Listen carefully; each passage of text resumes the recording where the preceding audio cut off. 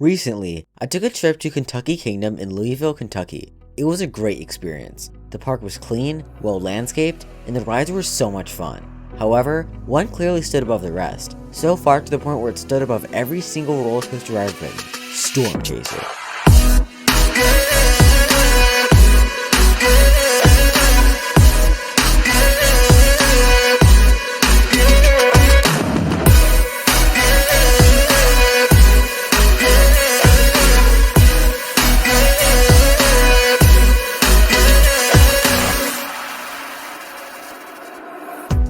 Storm Chaser is the greatest roller coaster I've ever ridden, simply put. There's not a single dull moment on the ride. I'm someone who typically prefers intensity in general over airtime. I prefer a ride that has a mix of strong positive Gs and some airtime than weak positives and a lot of airtime. Because of this, I went in expecting a fun ride that will probably be top 5, but won't exactly be the best coaster I've ever ridden. These expectations were blown completely out of the water. Storm Chaser brings some very intense positives for an RMC, some really good transitions, and some crazy laterals. Near the beginning of the ride, all of the airtime is super strong and ridiculously sustained. However, nearing the end of the ride, the airtime moments are swapped with not so sustained moments that deliver unbelievable airtime. While not sustained, the second airtime moment in the Trick Track Double Up is the strongest moment I've ever experienced. And that's saying something considering I've experienced Steel Dynasty's Outer Bank, Maverick's Drop, Lightning Rod's Quadruple Down, and Time Traveler's Drop. It is one of the best elements I've ever experienced. One truly strange thing I noticed while riding Storm Chaser is that there isn't a good seat. Now that may seem like a bad thing, but it's actually amazing. On almost every single roller coaster, the back or the front is the best row, but there isn't a best row on Storm Chaser. Every seat is just as fun as the next. This means that you don't have to wait for the back or front row. You can just pick the row with the shortest wait, and you know the ride will be just as good as everyone else's. Front row, back row, row 6, literally any row on this ride slaps just as hard as the rest. The restraints are typical RMC restraints. While most look at that as a downside, I actually don't mind them. I don't love them, but I don't think they're particularly uncomfortable. Not even the shin guards. I personally don't really feel as if they affect the ride experience. They're not the best restraints, but again, I don't mind them. That said, they definitely could be better. Next up is quite possibly the only downside to the ride: the operations. During my visit, they only ran one train ops. While I understand why they ran it that way, as the entire day was a station wait, it still got kind of annoying. Also, the operations themselves could be faster. They weren't horrendous by any means, but they could use improvement. With all that said, let's get into the ride layout.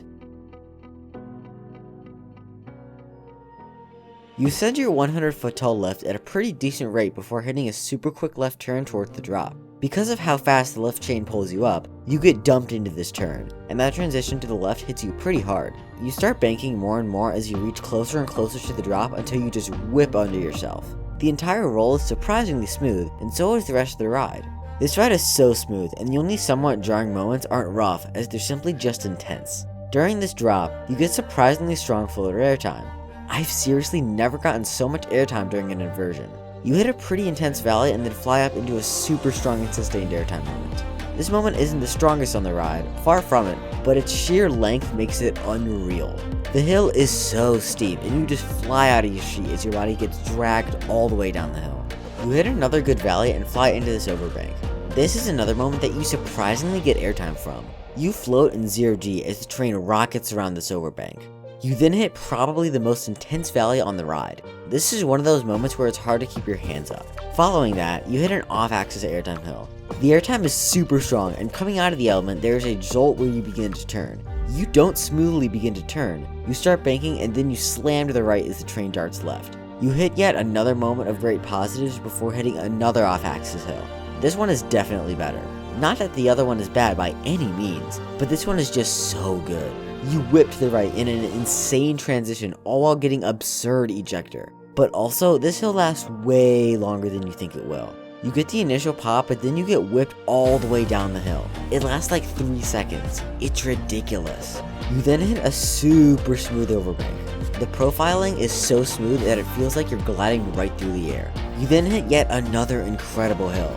I love these sustained airtime moments. Following that, you hit the corked roll. This is the only break during the ride. You float while inverting in 0G, which is in stark contrast to the strong positives and negatives that litter the rest of the layout.